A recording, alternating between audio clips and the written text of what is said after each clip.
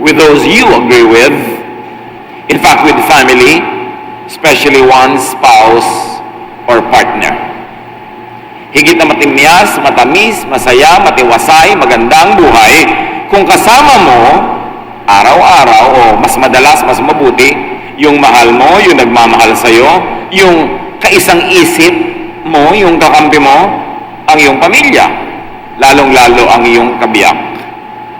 Genesis 2:18, the Lord God said, "It is not good for the man to be alone." Matapos lumikha ang Diyos ng maraming bagay at ang lahat ng kanyang comment pagkatapos ay, "And God saw that it was good," the first mention of something not good in creation is a person's being alone.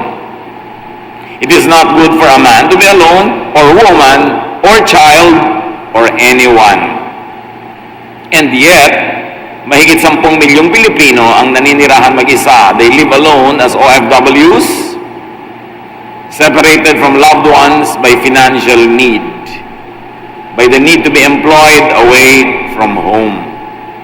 At hindi lang yung mga nag-a-abroad ang nawawalay sa pamilya, pati yung mga local OHFWs or out of hometown Filipino workers. Marami rin na kailangan umalis sa kanilang mga probinsya para pumunta sa mga syudad, para mamasukan. Maraming alone. Maraming isolated. At hindi natin pinag-uusapan yung lumayo, alone kasi choice niya, kasi gusto niya. Ang pinag-uusapan natin yung napipilitan na mawalay sa pamilya para lang kumita ng pera. Proverbs 5:18, "Be happy with the wife you married when you were young." So maging si Solomon, ang payo niya, be happy with the person that you care about. Yet many couples are separated by financial need. 1 Corinthians 7:5, "Do not deprive each other, perhaps by mutual consent and for a time, except for a mutual consent." Huwag daw ninyong tatanggihan ang inyong asawa, liban na lang napag-usapan nyo, at dapat sandali lang, so that they may devote themselves to prayer. Then come together again, so that Satan will not tempt you because of your lack of self-control. Tungkulin daw ng asawa sa kanyang kabiyak na huwag tatanggihan ang mga pangangailangan ng kanyang kabiyak. At pwede lang daw mangyari ito sa paminsan-minsan, panandalian, at kung napagkasundoan muna nila dahil gusto nilang mag-focus sa pananalangin sa mga bagay na espiritual. Pero kailangan daw matapos yan ay dali-dali silang bumalik sa piling ng isa't isa dahil mahirap ng labanan ang kawalan ng pagpipigil sa sarili. Yet, many couples are deprived of each other because of financial need. They are separated because somebody has to work far away. 1 Corinthians 7:9, "But if you don't have enough self-control, so go ahead and get married. After all, it is better to marry than to burn with desire." Sabi ni Pablo, kung ako tatanungin nyo, mas papayuhan ko kayo, huwag na lang kayo mag-asawa para hindi complicated, lalo gusto nyo maglingkod sa Diyos. Pero, kung nagliligiyab, naglalagablab, nilalagnat kayo sa pagnanasa, ay mabuti pa mag-asawa kayo nang may mapagbuntunan kayo ng lahat ng inyong mga pagnanasa, kesa naman magliyab kayo ng ganyan-ganyan na lang. So, mahalaga sa mag-asawa, magkasama, para pagbuntunan nila isa't isa ng lahat ng kanilang mga pagnanasang makalupa. At hindi yun minamasama, basta tama ang pinagbubuntunan mo. Yet many married people burn with unsatisfied desire because of unwanted separation caused by search for employment. At madalas pa nga, sa tagal na hindi magkasama ang mag-asawa, may mga nabubulid, natutokso, nadadarang at nababaling ang lagnat, hindi kay Mr. Right, kundi kay Mr. Right now.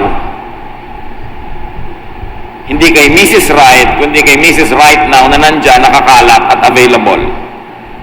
Maraming mga mag-asawa ang nagsisimulang nagtitiis na magkawalay para magkatrabaho, Pero nahuhulog ang loob sa iba sa tagal ng lungkot at pangungulila na mamaya hindi na sila nagkakabalikan, nawawasak na ang pamilya. Matthew 19, 5 to 6. That's why a man leaves his father and mother and gets married. He becomes like one person with his wife. Then they are no longer two people, but one. And no one should separate a couple that God has joined together. So nililino dito ni Jesus na nag-aasawa ka para magsama kayo, hindi para magkahiwalay at magkalayo. At wala daw dapat maghiwalay sa mag-asawa. Hindi lang pinag-uusapan dito mga kontrabidang tao, hindi lang pinag-uusapan dito ay mga kung ano-anong bagay, kundi kahit ano na naghihiwalay sa mag-asawa ay hindi ka nais-nais, kahit employment, kahit pagpapayaman. Financial needs also separate many couples.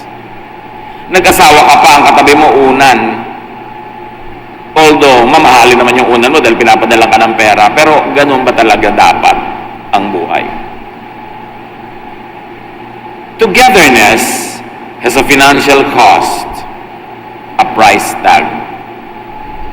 It costs money to stay together if you don't have a lot of it. Para patuloy na magkasama ang mag-asawa, ang mga magulang at anak, ang magkakapatid, ang magkakaibigan, may bayad, binabayaran. Togetherness should be able to afford food, shelter and clothing, and other needs while staying together. At yun ang dahilan kaya maraming lumalayo, nalalayo, kahit hindi gusto sa mahal sa buhay, dahil kailangan kumita para may kainin ang pamilya, para may silungan, maibayad sa upa ng apartment o maipagpagawa ng munting bahay, maibili ng damit, maipagpaaral, etc., etc. Proverbs 22 verse 7, the rich rule over the poor, and the borrower is slave to the lender. So ang mga mapera daw ay nagiging Panginoon ng mga salat at mahirap, at ang nanghihiram ay nagiging alila ng nagpapahiram. Kitang-kita natin ang kalagaan na ang tao ay magkaroon ng pera para siya maging malaya. There is nothing glamorous about being poor. God doesn't want you to be poor, because when you are poor, you will be a slave to someone. And slavery, most of the time, separates you from your loved ones. Yung mga modern day employment, yun yung old time and old fashioned slavery. May bayad ka lang nga ngayon. Pero ganun din, pag-aari ka ng iyong employer, pag-aari niya ang iyong oras, pag-aari niya ang iyong lakas, at uubusin ng iyong employer ang iyong lakas hanggang ang tanda-tanda mo na ubus na yon, i-retire ka na. Kailangan hindi ka bumalik sa hirap. Couples and families are separated by forced employment, especially caused by indebtedness. Proverbs 22:7, the poor are ruled by the rich, and those who borrow are slaves of moneylenders. Mga katotohanan ng buhay na sinisiyasat at itinuturo sa Biblia. To be together, income should be equal to or greater than expense. Mga kapatid, para manatiling magkasama ang mag-asawa, magulang at anak, magkakapatid, magkakaibigan, dapat ang kinikita ay katumbas o higit sa gastos. Kasi pag ang kinikita mo ay kulang kesa sa gastos, mapipilitan at least ang isa sa inyo na lumayo maghanap ng mas malaking kita para matapatan ang gastos. So as not to be forced to leave and to go away for employment, people who want to be together must be able to produce what they need while staying together. Couples, families should all work hard and cooperate to produce sufficient or surplus income to keep everyone together.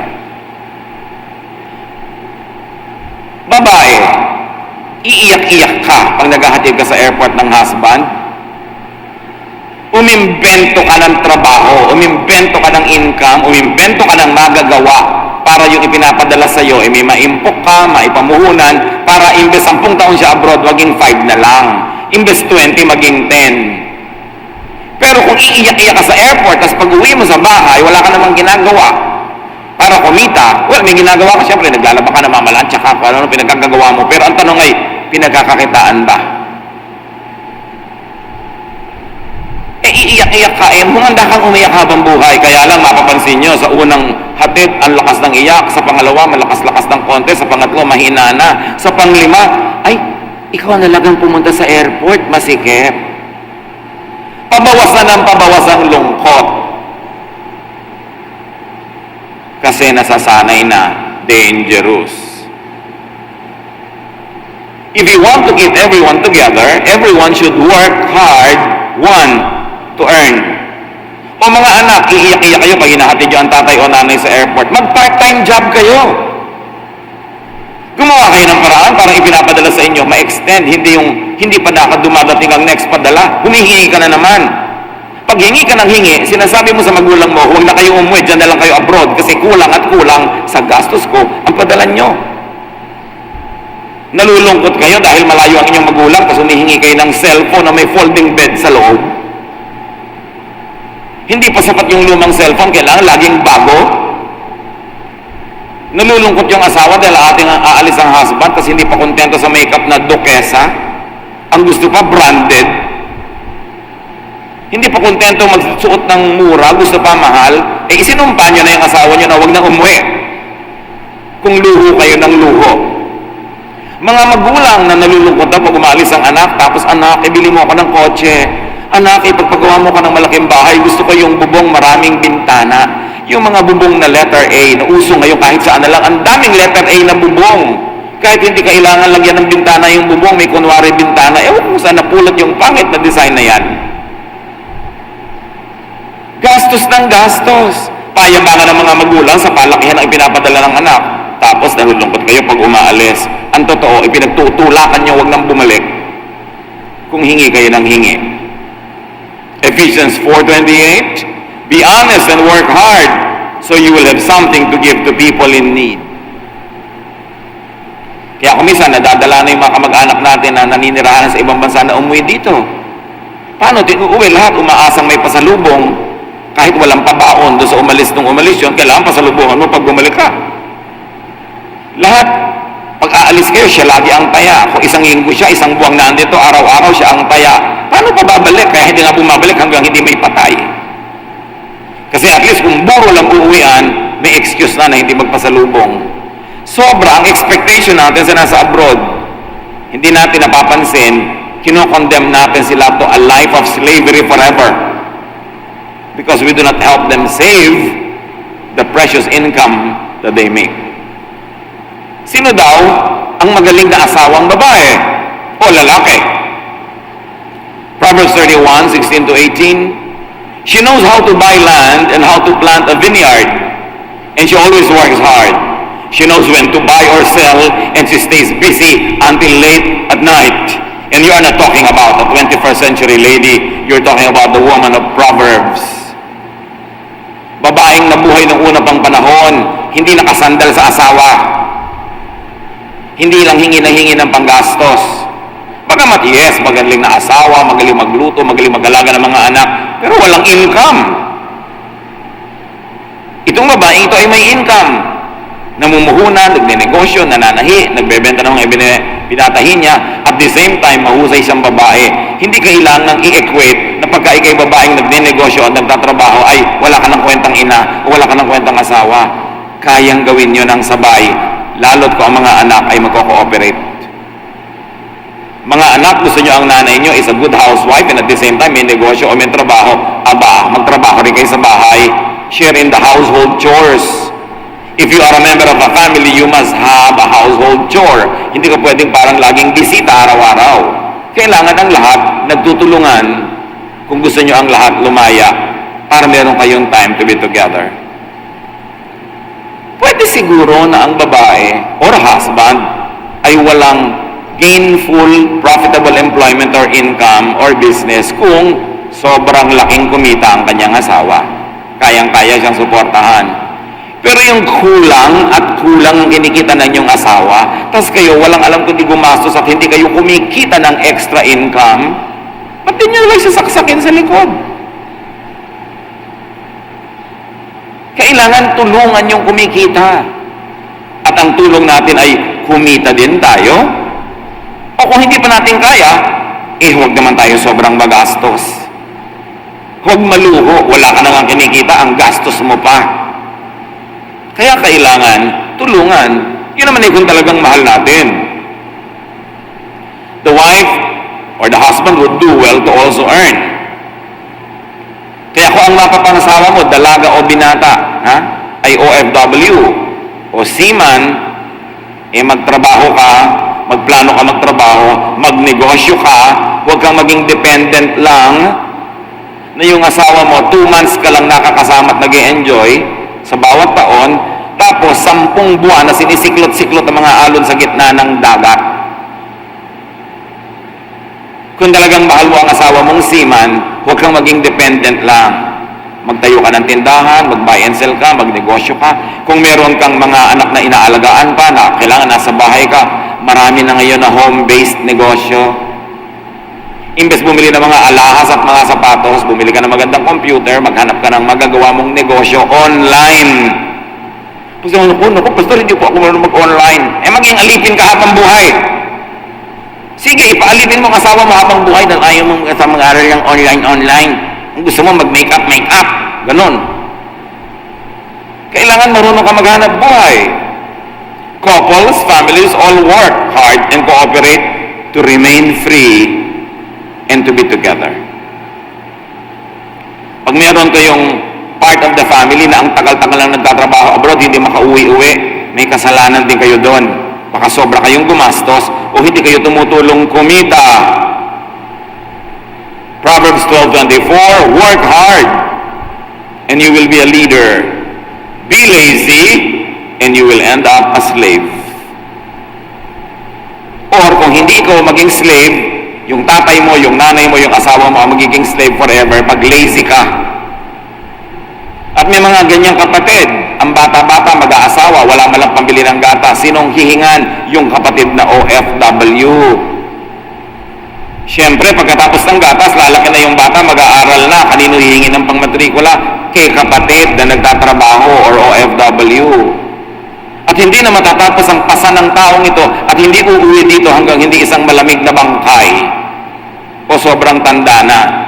Nanakawan na siya ng buhay. Absent siya sa lahat ng birthday, lahat ng pagtitipon, lahat ng graduation, lahat ng mga kasiyahan. Dahil hindi na siya makauwi-uwi sa gastos ng kanyang mga sinusuportahan. Is that the way to love people? Everyone should contribute to the group income by making or earning or at least helping and saving money. Dapat tumutulong tayo sa pagkita ng pera. At kung hindi tayo makatulong dahil sobrang tanda, sobrang bata o may sakit, tumulong ka man lang sa pamamagitan ng pagtitipid. Pagbabawas sa gastos. Genesis 3:19, you will have to sweat to earn a living. Liban nilang sobrang kamatanda, sobrang bata o may sakit o nag-aaral pa, mali na hindi mo kinikita ang kinakain mo. Yet, many breadwinners continue to labor away and alone because their dependents do not earn or do not conserve and save money. Lustay ng lustay. Kung ang nanay, tatay mo'y OFW, wala sa lugar na lustay ka ng lustay. Kung ang asawa mo'y OFW, wala sa lugar na lustay ka ng lustay. Kung hindi ka man lang kumikita, dapat nagsisave ka. Para umiksi-iksi ang pagtatrabaho niya ng malayo. Para makapag-ipon kayo, makapagtayo ng negosyo, o mabayaran ang mga dapat bayaran. Hindi yung matapos magtrabaho ng kaya tagal-tagal, pag-uwi, na isang lanyo pa ang TV, tutubusin pa niya. Yung lote na nabili niya, nakasangla, tutubusin pa niya. Yung mga binili niyang gamit na ibenta na, bibili na naman siya ng iba. Bakit hindi nyo nalang lasunin yung OFW nang madali na ang kamatayan at magkaroon na ng kapahingahan sa langit? Hindi yung tuwing uuwi, napakaraming problema niyong ibibigay. Konting ginhawa, konting saya, hindi pa maibigay dahil kutakot-takot ang listahan ng utang na titingnan, kutakot-takot ang daing, ang dami-daming pupunta, ang daming hihingi. Kala mo napupulot ang pera abroad. Proverbs 10:5, he who gathers crops in summer is a prudent son, but he who sleeps during harvest is a disgraceful son. Kailangan ng mga anak marunong mag-timing. Pag pwedeng kumita, kumita. Pag pwedeng magkaroon ng trabaho, magkaroon ng trabaho. Apply this to sons and daughters who overrest, overspend, and overextend childish dependence. Meron pa mga anak ng OFW, parang napakasama ng magulang nila na nasa abroad, may tampo pa.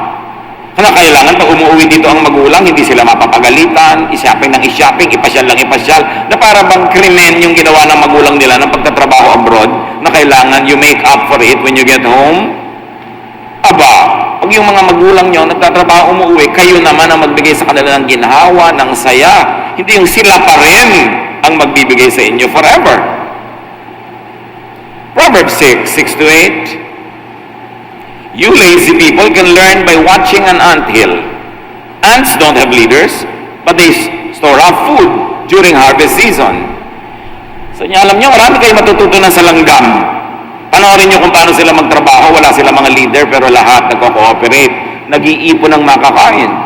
Ang isang maliit na langgam, makikita mo, may binubuhat-buhat na pagkalaki-laking butil ng bigas, malaki compared sa size ng kanyang katawan.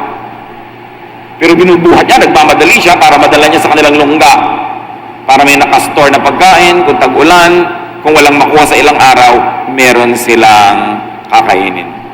Langgam lang yon, mabuti pa sa maraming tao.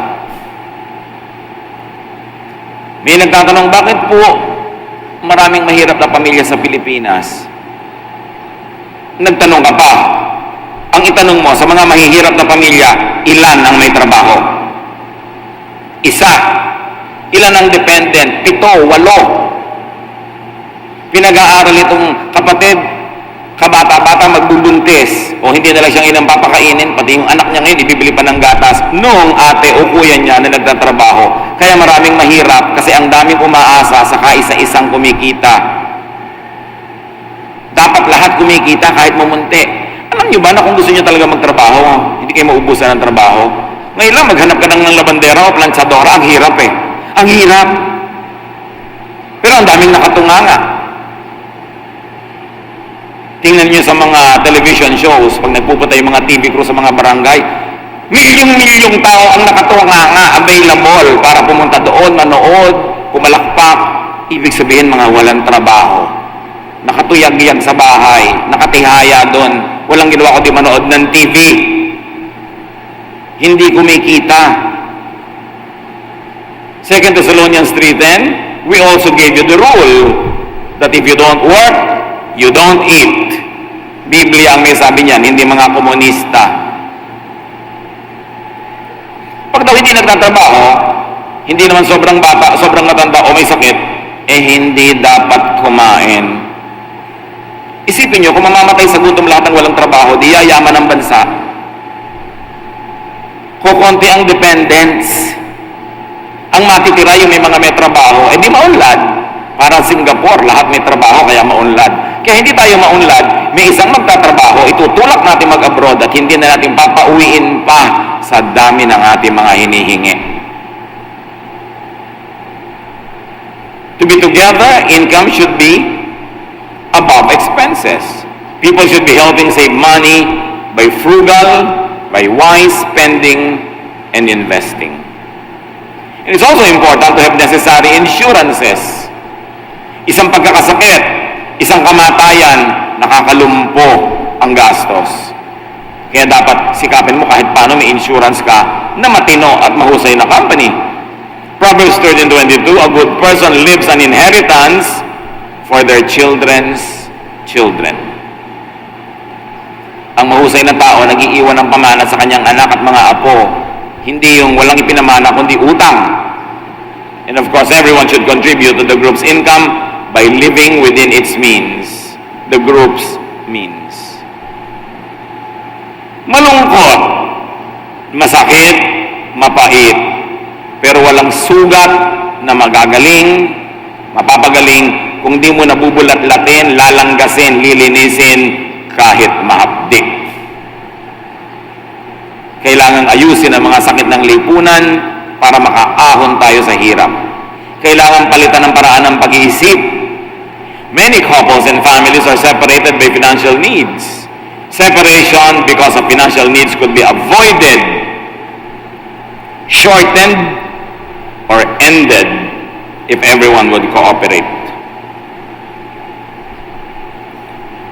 Ang lahat ng uri ng paghihiwalay dahil sa pagtatrabaho ay pwedeng iwasan, mapaiksi o mawakasan kung ang lahat ay magtutulungan at tutulong.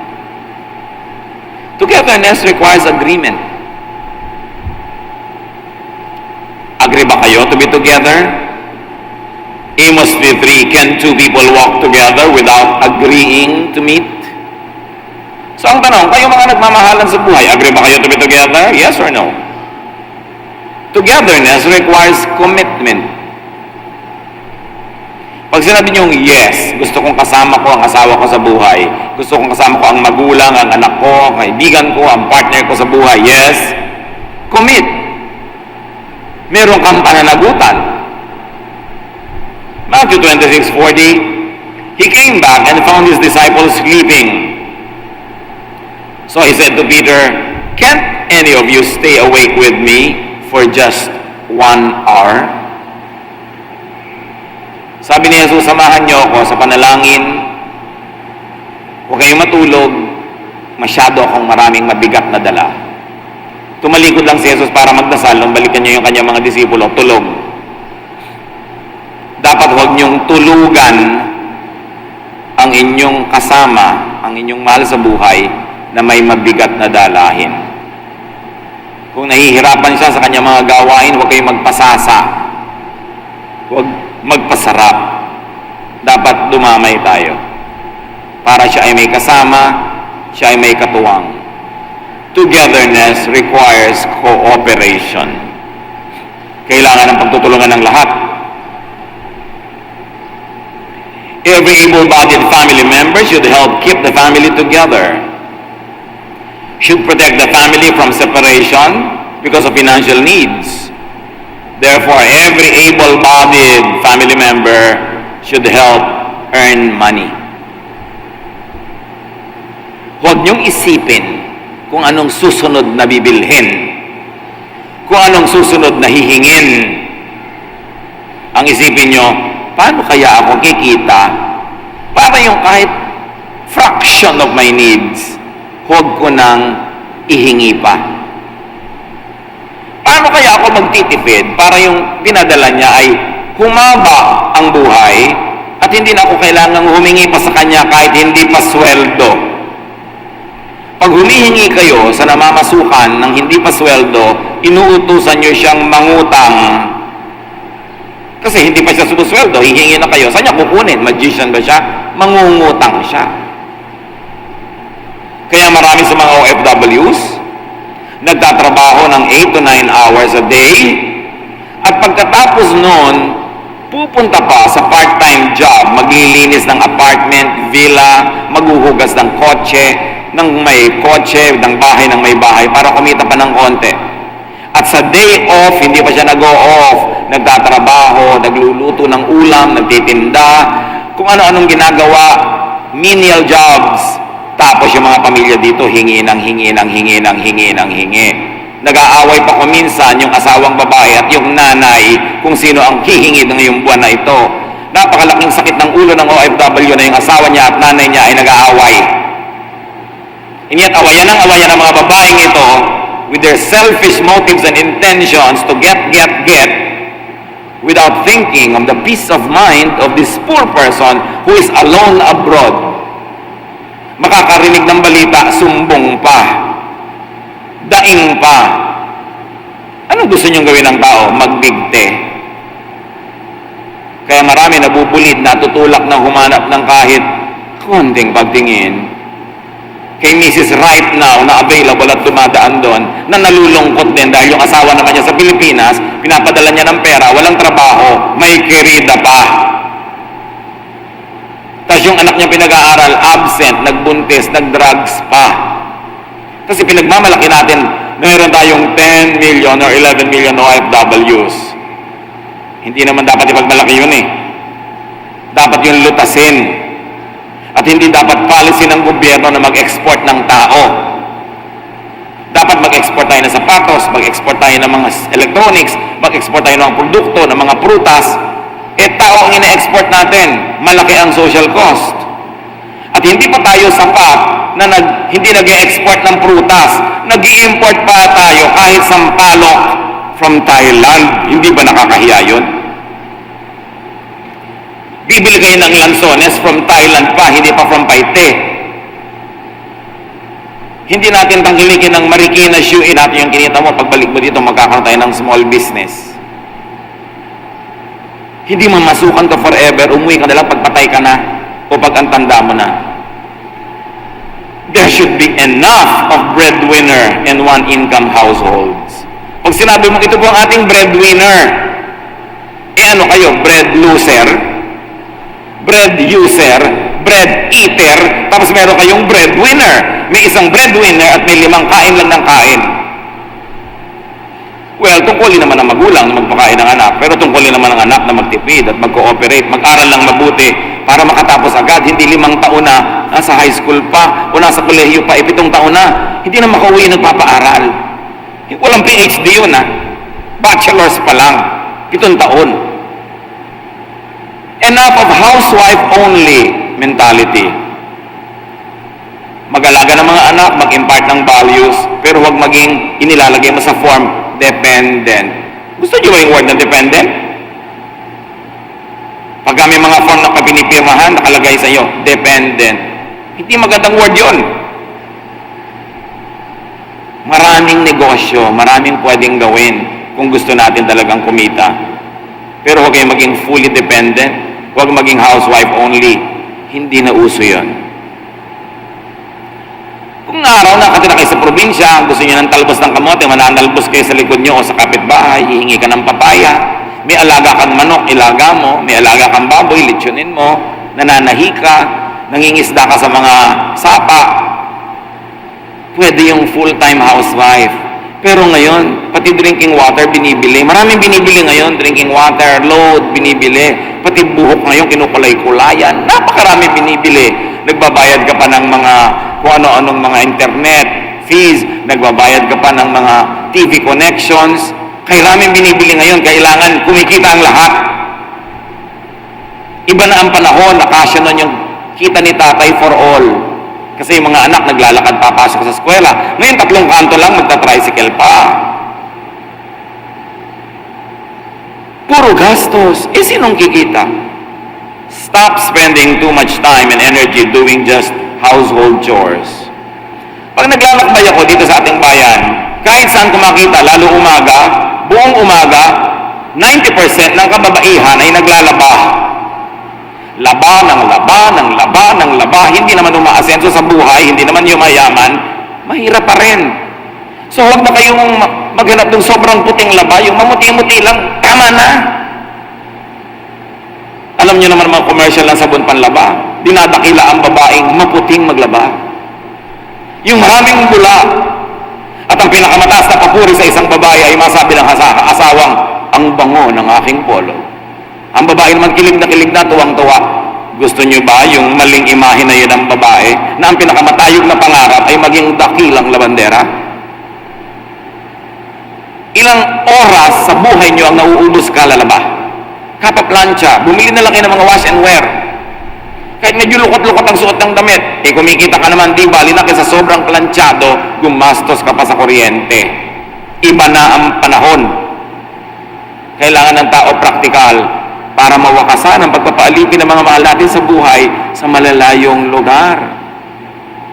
Baka mas kikita ka pa kung magwa-washing machine, bayaran mo yung kuryente, pero yung iba kang trabahong ginagawa, kesa laba ka ng laba ng laba ng laba. Tapos ang dami mong gagastusin sa lotion para palambutin muli ang kamay mong napuno ng kalyo. Think you've got to change the way you live because times have changed. Pag dumadaan ang oras na wala kang kinikita, tapos may ginagastos ka pa, negative yun. So kalimutan na yung ang puti, ang bango ng labada. Mga anak nyo, maglabas sila ng kanya-kanyang damit para kumita rin kayo. May mga nanay na sobrang dakila, wala namang ginagawa yung anak kundi mag-basketball o mag-text o ipinaglalaba pa ng damit. Baguhin nyo na yung ganyang makalumang pag-iisip para kumita. Hindi ibig sabihin, tulad nga ng sinabi ng 2 Thessalonians 3:10, we also gave you this rule, that if you don't work, you don't eat. So conserve and save money. Togetherness has a financial price. May bayad ang pagsasama-sama. Lahat dapat willing na magbayad. Every family member should help pay for togetherness. Ama namin, salamat sa maganda niyong layunin na ang mga pamilya, mag-asawa, nagmamahalan sa buhay,